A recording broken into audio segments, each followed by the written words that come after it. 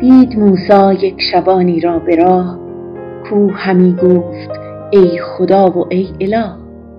تو کجایی تا ببینی وضع ما، هم گرانی هم نداری سهم ما.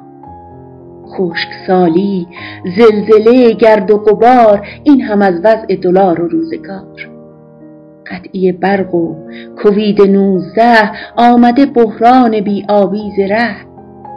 من نمیدانم چرا با ما لجی، تا به کی آخر چنین با ما کجی.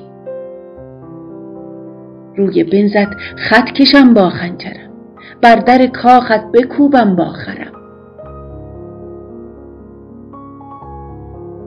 گفت موسی های استغفار کن، توبه از رفتار و این گفتار کن.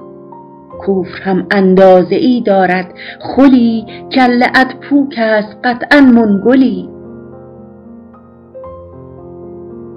شد شبان ناراحت و فریاد زد، در بیابان هی دوید و داد زد. وحی آمد سوی موسی از خدا، بنده ما را ز ما کردی جدا. تو برای وصل کردن آمدی، نی برای فصل کردن آمدی. این شبان بینوا ایرانی است، کشورش در معرض ویرانی است. میرسد از هر طرف بحران و غم، من خودم هم توی کارش مانده‌ام. تا ببینم که چه پیش آید برو، در بیاور از دلش موسی بدو.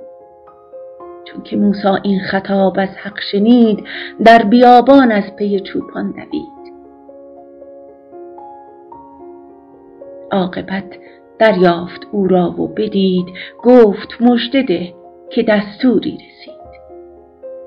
چون که در ایران به دنیا آمدی، بی مجازات است هر حرفی زدی. هیچ آدابی و ترتیبی مجو، هرچه میخواهد دل تنگت بگو.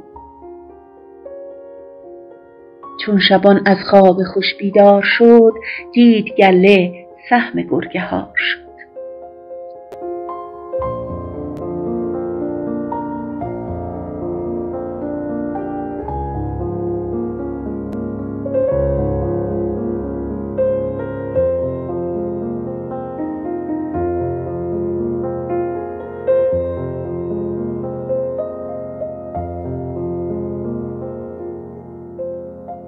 Music Lights.